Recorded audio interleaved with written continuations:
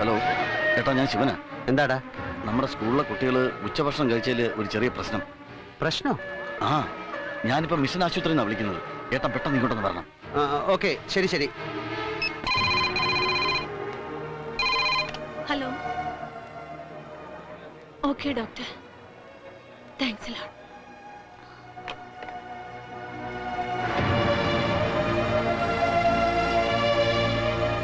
നിങ്ങൾ ഇങ്ങനെ വിഷമിക്കാൻ മാത്രം ഒന്നും ഉണ്ടായിട്ടില്ല. ചോറ് വെച്ച അരിക്ക് ഇത്തിരി പൂപ്പുണ്ടായിരുന്നു. അത് കഴിച്ച കുട്ടികൾക്കൊന്ന് വയറിളകി, അത്ര ഉണ്ടായിട്ടുള്ളൂ.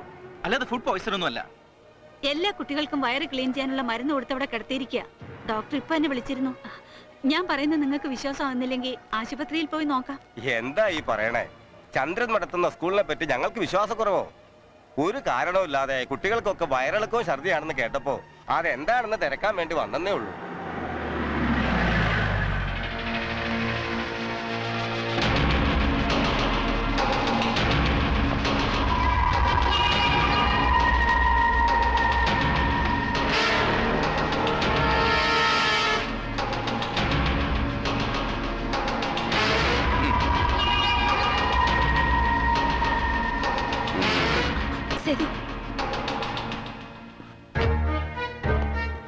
എന്താടോ സേതുമാധവ, പുരമനയിൽ ചന്ദ്രൻ നടത്തിയ ധർമ്മസ്ഥാപനത്തെ പറ്റി പതിവില്ലാത്ത ചില വാർത്തകളൊക്കെ പറഞ്ഞു കേൾക്കുന്നേ? അത് ചോദിക്കാൻ നീ ആരാ? അങ്ങനെ ഊതിപ്പറത്താതെ. ഒന്നുമില്ലേലും നമ്മളൊക്കെ ഒരു നാട്ടുകാരല്ലയോ? മാത്രമല്ല ഇച്ചിരി അങ്ങോട്ട് മാറിയിട്ടാന്നേലും ഇതുപോലെ ഈ ചാക്കോട തറവാട്ടുകാർ നടത്തുന്നുണ്ടേ. നീ നടത്തുന്ന സ്കൂളല്ലല്ലോ, അറവുശാലയല്ലേ? അതേടാ, അറവശാല തന്നെയാ. പക്ഷെ അവിടെ നിന്ന് സൗജന്യമായിട്ട് കൊടുക്കുന്നില്ല. ഒക്കെ കാശ് വെച്ചുള്ള കച്ചവടം തന്നെ, വിദ്യാഭ്യാസ കച്ചവടം. അതെ, ഈ ഒരു അവസ്ഥയെ നേരത്തെ പ്രതീക്ഷിച്ച നാടിന്റെ പൊന്നോമന പുത്രൻ പുരമനയിൽ ചന്ദ്രൻ അക്കരെ പോയുണ്ടാക്കുന്ന ദർഹത്തിന്റെ ഭാവഭാരം കഴുകിക്കളയാൻ ചത്തുപോയ അച്ഛന്റെ പേരിൽ തുടങ്ങി ഈ ധർമ്മശാലയില് സൗജന്യ ഭക്ഷണം, സൗജന്യ വസ്ത്രം, സൗജന്യ പഠനം, എല്ലാ സൗജന്യം തന്നെ.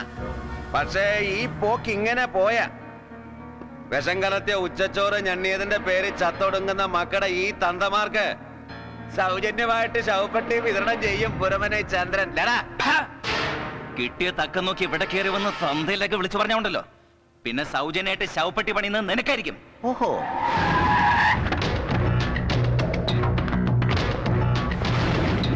എന്താ പ്രശ്നം? ഈ ചെറ്റ എവിടെ കയറി വന്ന ഒരുമാതിരി ആളാവാൻ നോക്ക്. ഓ അത് ശരി, അത്രയ്ക്കായോ? വേണ്ട വേണ്ട, നിങ്ങൾ 3 പേരും കൂടെ മെനക്കെട്ടാ ഇവൻ ചത്തു. നിനക്ക് എന്താ ഇവിടെ കാര്യം? നിന്റെ ഏതെങ്കിലും വകയിലുള്ള സന്തതികൾ ഈ സ്കൂളിൽ പഠിക്കുന്നുണ്ടോ?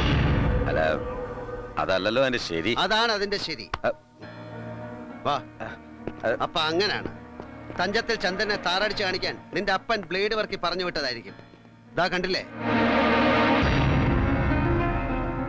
ആ പാവത്തിനെ കൊലയ്ക്ക് കൊടുത്തതിന്റെ കണക്ക് കാലങ്ങളായി ബാക്കി നിൽക്കുക ചന്ദ്രന്റെ നിഘണ്ടുവില്. അതിനിടയ്ക്ക് ഇതുപോലുള്ള സർക്കസ് ഒന്നും വേണ്ട.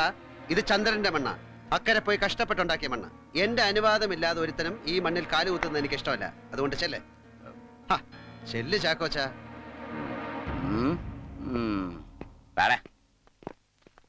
മക്കൾക്കാർക്ക് ഒരു കുഴപ്പമില്ല. നിങ്ങളൊക്കെ വീട്ടിലേക്ക് പൊയ്ക്കോ. കുട്ടികളെ വീട്ടിലെത്തിക്കാനുള്ള എല്ലാ ഏർപ്പാടുകളും ചെയ്തിട്ടാ ഞാൻ വന്ന. പൊയ്ക്കോ. കേട്ടല്ലോ, എല്ലാവരും പോയിക്കോളൂ. ഒന്നും പഠിക്കാനില്ല, പോയിക്കോളൂ. അളിയനോട് പോയി. അത് ശരി, അപ്പൊ അതാണ് കാര്യം. ഹൈ ബി പിയും അണി ബിയും ഒരുമിച്ച് ആക്രമിച്ചൊരു ദുർബല നിമിഷത്തിൽ അറിയാതെ പറ്റിപ്പോയൊരു കയ്യബദ്ധമാണ് ഇന്ന് ആ വയറിളകിപ്പോയത് അല്ലേ? ഒരു കൊച്ചു തിരുമറി, ഒരു ഗോഡൌൺ തിരുമറി. ആ തിരുമറി പിള്ളേരെല്ലാരും കൂടി ഇങ്ങനെ സംഘം ചേർന്നിരുന്ന് തൂറി മറിക്കുമെന്ന് ഞാൻ പ്രതീക്ഷിച്ചില്ല സുലൈമാനെ. ഒരു മുന്നറിയിപ്പും ഇല്ലാതെ ചന്ദ്രനളിയൻ വരുന്നു എന്നറിഞ്ഞപ്പോ ആ വരവെന്ന് ബ്ലോക്ക് ചെയ്യാൻ വേണ്ടി ഞാൻ നെട്ടോട്ട് ഓടിയത് എനിക്ക് ചന്ദ്രനളിയന്റെ പ്രസൻസിൽ ഇങ്ങനൊരു വയറിളൊക്കെ ഒഴിവാക്കാൻ വേണ്ടിയായിരുന്നു. അവിടെ ഇരിക്കട്ടെ. എന്താ വേണ്ടേ? പെങ്ങളെ കെട്ടിയവനെ വെറും ഒരു അളിയനായി കാണുന്നവനല്ല ചന്ദ്രേട്ടൻ. ആ മനസ്സ് എനിക്കറിയാം. അതറിയാവുന്നത് കൊണ്ടാണ് നിന്നെ ഇങ്ങോട്ട് വിളിപ്പിച്ചാണല്ലോ. ഇനി ഞാൻ അത് എടുത്തോട്ടെ. നേർച്ച വരിച്ചത് കഴിച്ചു. നീ വന്നത് പേരന്വേഷിച്ചല്ലേ? ആ ചന്തി പറയുന്ന പേര്. എന്തൊക്കെ ത്യാഗം സഹിച്ചും ഞാൻ നിന്റെ കൂടെ നിൽക്കും. ഇപ്പൊ ഞാൻ വേറിട്ട് നിൽക്കുക. ആ പേര് തിരിച്ചു പിടിക്കാൻ നീ എന്നെ സഹായിക്കും. ഇപ്പൊ ഈ വീറൊന്ന് അകത്താക്കാൻ അളിയൻ എന്നെ സഹായിക്കോ? ഒരു സുലൈമാനുമില്ല. Vary four ഈച്ചതാ സുലൈമാനെ. നീ പറഞ്ഞ അവൻ കേക്കും. ചന്ദ്രേട്ടന്റെ ചെവിക്ക് കുഴപ്പമില്ലാത്ത കൊണ്ട് ഞാനല്ല ഏത് പൊട്ടം പറഞ്ഞാലും ചന്ദ്രേട്ടൻ കേൾക്കും. പക്ഷെ വിഷയം തിരിമറിയായതുകൊണ്ട് തിരിച്ചിങ്ങോട്ട് പറയുന്നത് എന്താണെന്ന് കേട്ടാലേ പറയാൻ പറ്റൂ. ഈ ഒരു അവസ്ഥയിൽ ഇങ്ങനെയൊക്കെ പറഞ്ഞ എന്റെ BP കൂട്ടി വീണ്ടും വീണ്ടും ഹണിബി അടുപ്പിക്കാതടാ. കാര്യം അവനാണ് തീറ്റിപ്പോറ്റുന്നതെങ്കിലും 3 പെമ്പിള്ളേരുടെ അച്ഛനാടാ ഞാൻ. അതൊക്കെ ഓർമ്മയുണ്ടല്ലേ? ആ.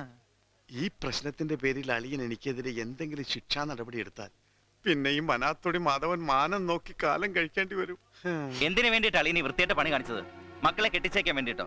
സ്കൂളിന്റെ മേലധികാരിയാണെന്ന് പറഞ്ഞ് നടക്കുന്നത് നന്നാക്കാനല്ല നശിപ്പിക്കാനാണെന്ന് ഇപ്പൊ മനസ്സിലായി. ചേച്ചി അവിടെ ഹെഡ് മിസ്ട്രസ് ആയിട്ടിരിക്കുമ്പോ ഇതുപോലെ നാറിയ പണി അളിയൻ കാണിച്ചത് അത് അങ്ങനെ അങ്ങോട്ട് വിട്ടുകൊടുക്കാൻ പറ്റും? ഇതൊക്കെ പിന്നെയും പറഞ്ഞ് അവളെ വിഷമിപ്പിക്കുന്ന എന്തിനാ?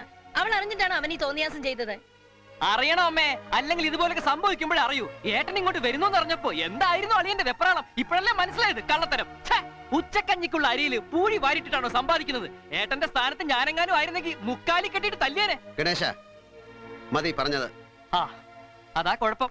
ഏട്ടൻ തന്നെയാ അളിയന് വളം വെച്ച് കൊടുക്കുന്നത്. ആ ദാ വരുന്നുണ്ട് അരിക്കള്ളൻ അളിയൻ.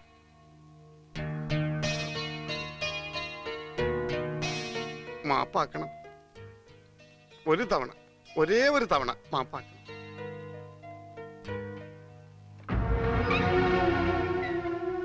എവിടെ? ഇങ്ങോട്ടാ. ചന്ദ്രേട്ടാ, 8-10 അബദ്ധങ്ങൾ ഏത് മന്ദബുദ്ധിക്കും സംഭവിക്കുന്നു ചന്ദ്രേട്ടൻ തന്നെയല്ലേ പറഞ്ഞിട്ടുള്ളത്? അതിലൊരു 10ാമത്തെ അബദ്ധമായിട്ട് ഈ അളി വേണ്ടല്ലേ? ഞാൻ പറയൂലെന്ന് പറഞ്ഞതാ. പ്ലീസ് അളിയ, അറിഞ്ഞോണ്ട് ചെയ്തതല്ല, അറിയാതെ പറ്റിപ്പോയതാണ്. വേണം ഞാൻ നിന്റെ കാല് പിടിക്കാം. എന്താ ഇത്? അത് വേണ്ട.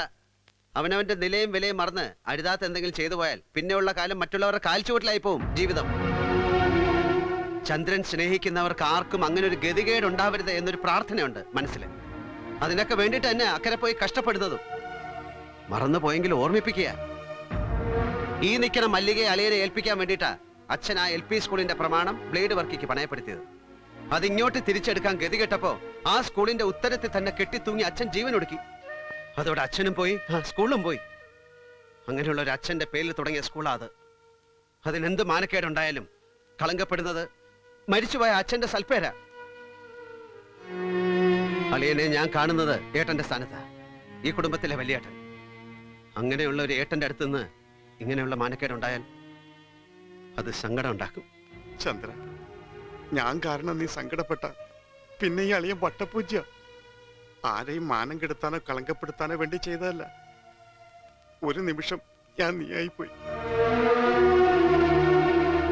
ആ റേഷൻ കടക്കാരൻ വേലായുധൻ അരി മറിച്ച് വിൽക്കുന്ന കാര്യം ആരോ ഒറ്റിക്കൊടുത്തപ്പോ ഇൻസ്പെക്ഷൻ ആള് വന്നു. പെട്ടെന്ന് സ്റ്റോക്ക് ഫില്ല് ചെയ്യാൻ വേറെ മാർഗമൊന്നും ഇല്ലാതായപ്പോ അവൻ എൻ്റെ അടുത്ത് ഓടി വന്ന് ഈ കാര്യം പറഞ്ഞു. ഇല്ലെങ്കിൽ കുടുംബത്തോട് ആത്മഹത്യ ചെയ്യും മാധവേട്ടാന്ന് പറഞ്ഞു. എന്നെപ്പോലെ തന്നെ 3-4 പെമ്മക്കളുള്ളവനാ. അവൻ എൻ്റെ മുമ്പിൽ നിന്ന് കരഞ്ഞപ്പോൾ ഒരു ചെറിയ അഡ്ജസ്റ്റ്മെന്റിന് വേണ്ടി നമ്മുടെ ഗോഡൌണിൽ നിന്ന് 1 ലോഡ് അരിയെടുത്ത് കൊടുത്തു. ഒരാഴ്ചക്കകം തിരിച്ചു തരാമെന്ന് പറഞ്ഞാൽ പോയത്. പക്ഷെ പെട്ടെന്ന് നീ വന്നപ്പോൾ ആ ഒരു വെപ്രാളത്തിൽ അവൻ തിരിച്ചു തന്ന അരി ഓൾഡ് സ്റ്റോക്കായി പോയി. അതാ ഉണ്ടായത്.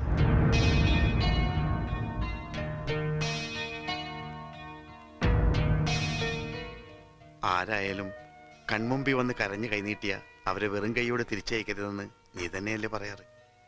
അല്ലാതെ അരി മറിച്ചു വിറ്റ് ജീവിക്കാൻ എനിക്കെന്ത് ഗതികേടാ ഉള്ളത്? ഞാൻ പുരമനയിൽ ചന്ദ്രന്റെ അളിയനാടാ. എന്നാ പിന്നെ ഈ കാര്യം അളിയൻ ആരോടെങ്കിലും ഒന്ന് പറയാമായിരുന്നില്ലേ? വെറുതെ എല്ലാരെ കൊണ്ട് പറയിപ്പിക്കാൻ. അല്ല, അത് പിന്നെ അങ്ങനെ പറ്റിപ്പോയി. സോറി അലി. ഇനി ഇവിടെ നിന്ന് അങ്ങോട്ട് അരി ആയാലും ആനയായാലും നോ തിരിമറി. അപ്പോഴേ കാര്യങ്ങളൊക്കെ ഒരു ഉഷാറാകും.